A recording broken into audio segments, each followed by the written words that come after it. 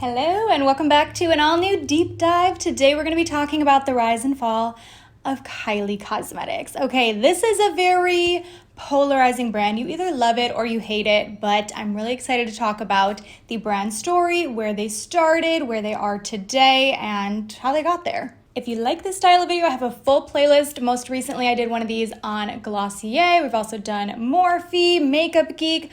I've got a ton, so I can leave that playlist link down below. But this is gonna be a long one, so let's jump right into it. So Kylie Cosmetics was started in 2015. But before we can talk about Kylie Cosmetics, we have to talk about a man named Walter Spatz. Now, Walter Spatz started Spatz Laboratories in the 1950s, and this was a laboratory that manufactured makeup products from many of our favorite brands. I'm talking like big international companies were manufacturing some of their products in Spatz Labs at this manufacturer in California. And this laboratory continued on for decades until 1989 when the Nelson family purchased it. And then once again, it continued to make makeup products. But flash forward to the year 2014, the siblings in the Nelson family, Laura and John, created a company called Seed Beauty. Now that might be a name that you are familiar with. Seed Beauty is a brand incubator, meaning they have created some of their own brands, which we'll get into. And the reason the siblings decided to do this was because it honestly just made complete sense. They had everything on site. They were already doing this for other brands. They're making their products, their packaging, the formulas. For decades, they were selling these products business to business, and they thought, why don't we at least try to sell these direct to consumer? And that was where Seed Beauty started.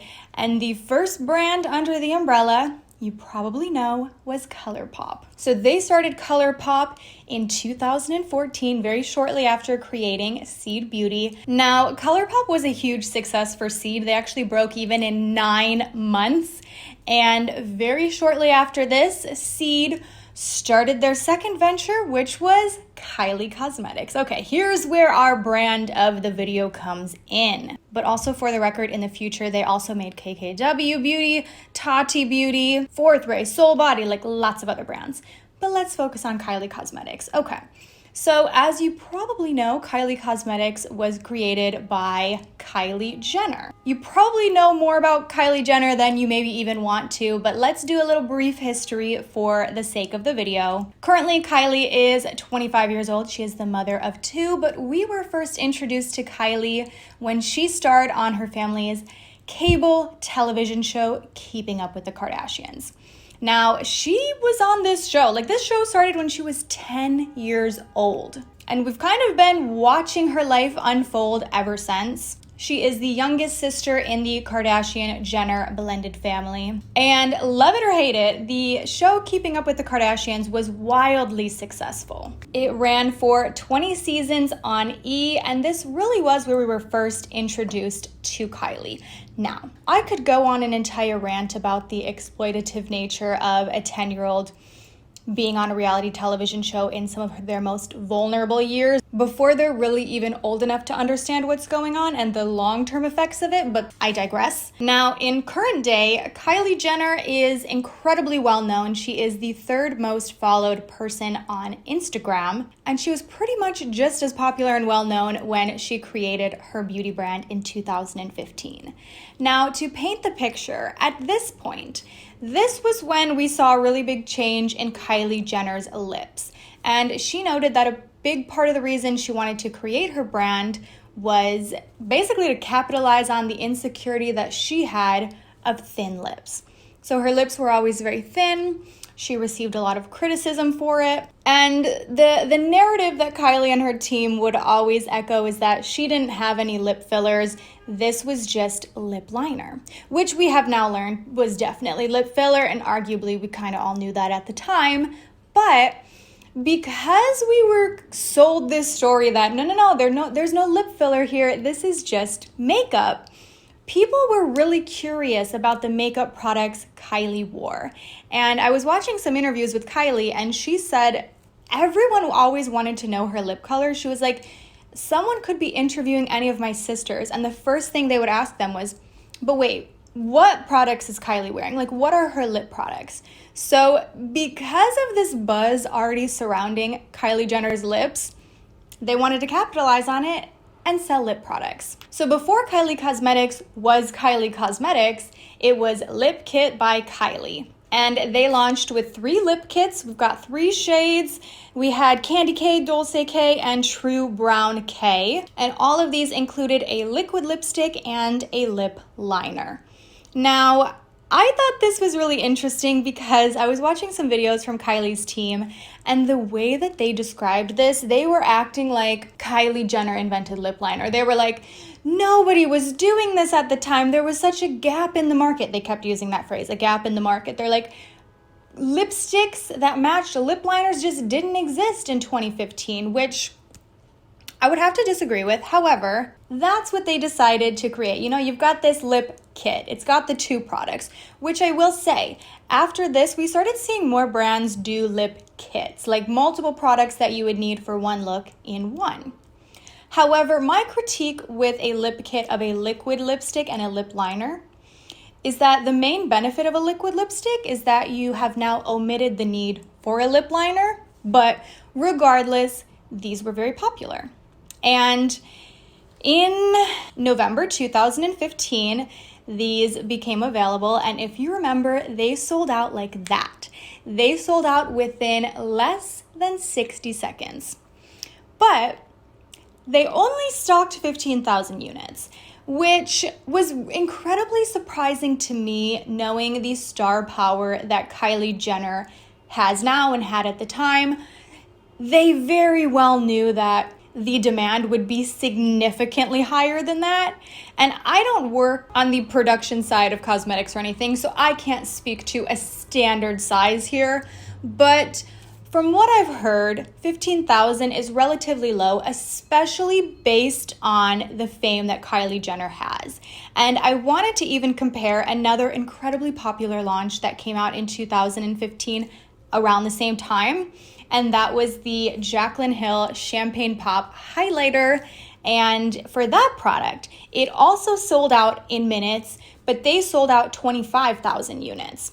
So 10,000 more units, which was cracking me up too, because I was watching this little mini docu-series that Kylie's team put out about the brand, and they just kept saying, we were doing 15,000 units, like that number was unheard of. I think that they intentionally chose a relatively small number, one that was significantly smaller than they recognized that the demand would be. And when the product sold out in 60 seconds, they, of course, create a ton of hype for the product. Everybody's talking about it. This is the lipstick that sold out in less than a minute. Well, yeah, it sold out in less than a minute because you didn't stock that many. Now, when they saw the success of this, they changed the name from Lip Kit by Kylie to Kylie Cosmetics. And over the next few years, the brand continued to grow and they saw pretty good success. And one big part of the Kylie Cosmetics identity is their giant collections. When I think about Kylie Cosmetics, I don't think about like singular products. I think about theme launches. So she's collaborated with every sibling except, I don't think her brother, except for Rob. She's collaborated with her mom. She's collaborated with her best friend. She did a Grinch collection, Valentine's Day, like multiple Halloween ones, like a cheetah print one. Like if there is a theme to make into makeup, Kylie Jenner has probably done it. And to her credit, I think they do this very well. I think this really is what the brand does best. They're not necessarily selling you the most high quality makeup product ever, but they're going to sell it to you in a very cute package. They're going to sell you on a theme. And I think the execution always is very beautiful. We had the cute collections from Kylie, but the success of the brand did not come without some controversy, okay? Honestly, just to skim the surface here, let's talk about, we've got the wonky wands. You guys remember this when the lip glosses came out? This was incredibly controversial because they had brush tip applicators, and when consumers would take the lip gloss out of the package, right from the initial removal of the wand, The bristles were really wonky. It was unusable. She had to send everyone new products for that. We also saw a bunch of highlights that came empty. There was nothing in the pan. Like from the start, there were a lot of issues surrounding quality control with Kylie Cosmetics. But even amongst all of these like minor controversies, the brand was relatively well loved. It had a lot of hype. People had overall rather positive opinions of Kylie Cosmetics. Now let's flash forward to 2018 because this is where things start to get a little bit messy. Now, something exciting that happened for Kylie Cosmetics in 2018 is that they launched in stores at Ulta Beauty. This was a huge announcement. I know consumers were very excited to be able to purchase her products in stores. This was the first time you could go into stores and swatch the products and feel them. Like, this is the first time they were selling through another retailer. This was huge for the brand. Shortly after going into Ulta Beauty, another really big thing happened for Kylie Cosmetics. Kylie Jenner was named by Forbes the youngest self-made billionaire. Now, the reason I even tie this into the story, you're like, well, that's about her. It's not about her brand. Well, she amassed this fortune through her brand. Or so we thought. Little spoiler alert, we'll get there in a moment. But at the time, this was incredibly controversial. A lot of people doubted the title self-made because Kylie Jenner comes from famous parents, famous siblings. She had a lot of money to begin with. But regardless of the self-made aspect of this title, we later found out she arguably was never a billionaire to begin with. Now, Forbes claims they were skeptical of this billionaire status from the start, but the Kardashian/Jenner team really went out of their way to convince them of these numbers. They invited Forbes to their homes, to the offices of their CPAs, and they provided what are now assumed to be forged or faked or altered tax documents and other financial statements that would suggest Kylie was a bit more successful than we have now learned. Flash forward to 2019, and don't worry, we will be coming back to that. But let's flash forward to 2019 because that part of the story unravels years later. So it's now 2019. Kylie Skin launches. This is her skincare brand. Once again, incredibly controversial. I follow so many dermatologists on YouTube. Those are some of my favorite videos to watch. And I specifically remember this line getting roasted for the ingredients.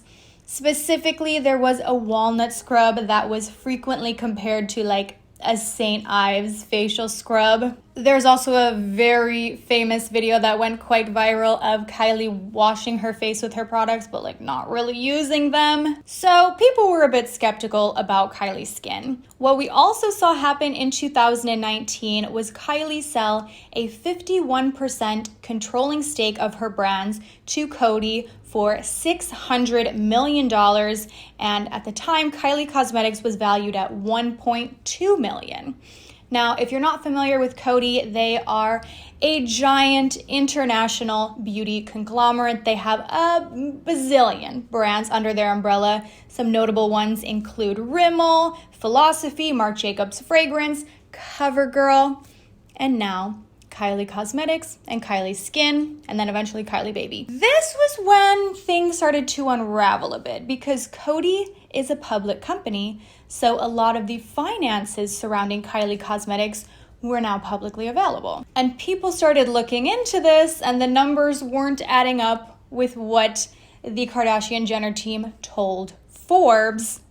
And this is where we learned Kylie was never actually a billionaire, and her brands were doing significantly worse than we were led to believe. So to talk numbers, Kylie's team told Forbes that they did $360 million in revenue in 2018, when in reality it was basically less than half at about $125 million. Forbes also originally estimated that Kylie brought home approximately $166.5 million in earnings in 2018 and $170 million in 2019, when in reality, it was about $50 million each year, which, that's still a ton of money, but they definitely lied, allegedly. Now, this was never actually proven. Forbes says once they reached out to Kylie's team to look into these discrepancies, her team stopped responding. So to this day, who knows? It's assumed that things were forged or faked, but this cannot be confirmed. Let's go back to Cody because there's more with this, more chaos unraveling.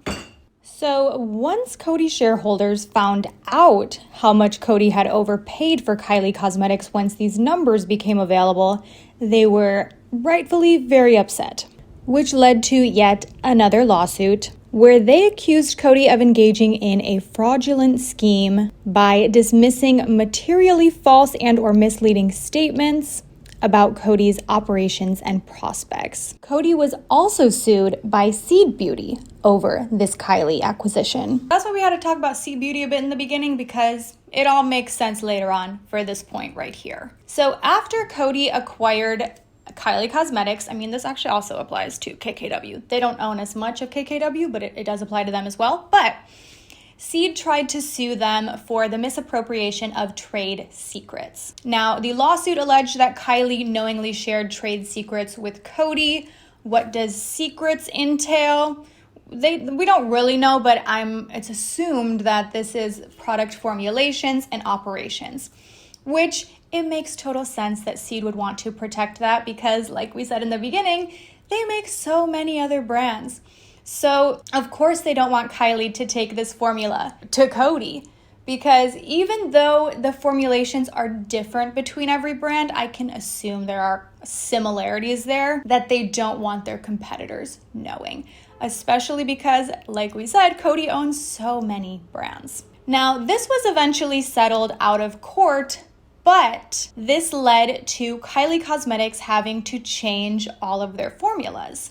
But that's not how Kylie Cosmetics presented it to us. So now let's jump into 2021, where we will discuss Kylie 2.0, which, spoiler alert, is very similar to Kylie 1.0. Now, Kylie 2.0, I want to tell you guys from the perspective of what happened and then what Kylie's team wanted us to believe, because if there's one compliment I will pay to the Kardashian Jenners, it is that they are very good at manipulating the narrative. Like, their crisis PR team is like top notch. Like, if there's one thing they can do, it is spin a story. So around this time, Kylie Cosmetics went dark. They weren't selling things.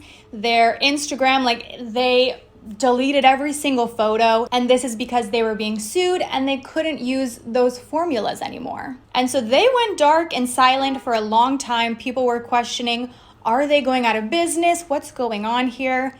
But instead of admit to that and look bad, they crafted this entire narrative that they were actually planning Kylie 2.0, which in the little 3-part documentary I was watching, I had to laugh because Kylie said, and I quote, "Kylie 2.0 was always in the plan," which is a weird thing to say because who plans a rebrand? Who goes into something like, one day I'm going to rebrand this and redo it? The Kylie 2.0, according to Kylie's team, was because they wanted to reformulate everything. They wanted to make it clean beauty. They wanted to make it vegan. Yes, they probably did want to do that because that's been very trendy in the beauty space for a few years, but that's not why this happened. This happened allegedly because they couldn't use the old formulas anyway, so they had to reformulate. But are they going to come out and say that to you? No. It looks so much better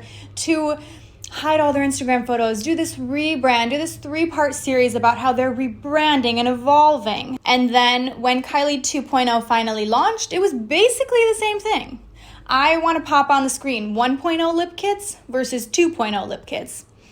Aside from the shade of pink, there's not too much that's different there. The formulas are technically new, but they didn't change that much.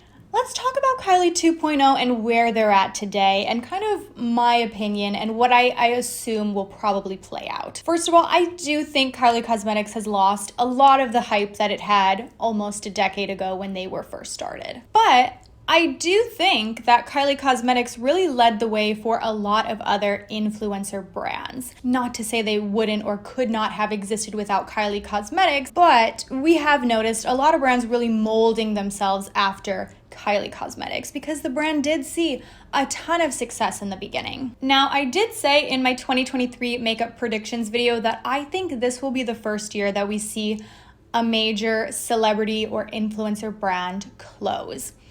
I don't necessarily think that will be Kylie Cosmetics, but I do feel like there is an end date to this brand. I think in the beginning, so much of their success came from Kylie fans in particular, and the brand hasn't necessarily established itself as something that can stand alone without people that like Kylie. So for example, even to compare to Fenty Beauty, which I think is a very successful example of a celebrity brand, or even Rare Beauty, either one of them we could interchangeably use here. The celebrity they're associated with is definitely involved in the brand, but the entire identity of the brand does not revolve around that celebrity. And in addition to that, the products are a bit more innovative. They're doing something new. They're adding something to the market. They're coming out with great formulas. That's not what we've seen from Kylie Cosmetics. They're not launching anything revolutionary. The formulas don't beat like everything else on the market. They're selling you a very cute product associated with a very popular celebrity.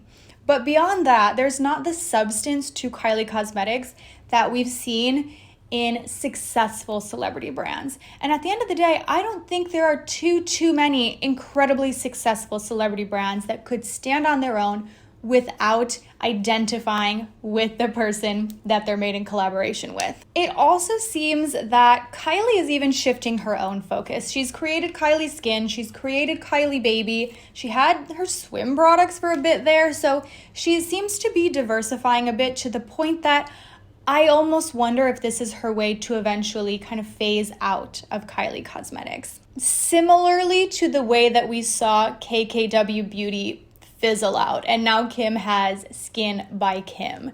So I think that we will see some changes, some major changes from the brand in the future. I also think the public perception of Kylie Cosmetics has shifted a lot. In the beginning, people were so excited to get their hands on a Kylie Cosmetics product. It was hard to get, whereas now, I don't think there's the same amount of excitement over a Kylie Cosmetics launch. And in general, I don't think there's the same amount of excitement over almost any makeup launch. It's a very saturated market right now. And at this point, I just don't think this brand stands out anymore. But I'll be very interested to see what the future for Kylie Cosmetics holds. I really hope you guys enjoyed this one. Let me know your thoughts down below about this brand. And also, let me know what brand I should do next. But I will go ahead and see you guys in my next one. Bye.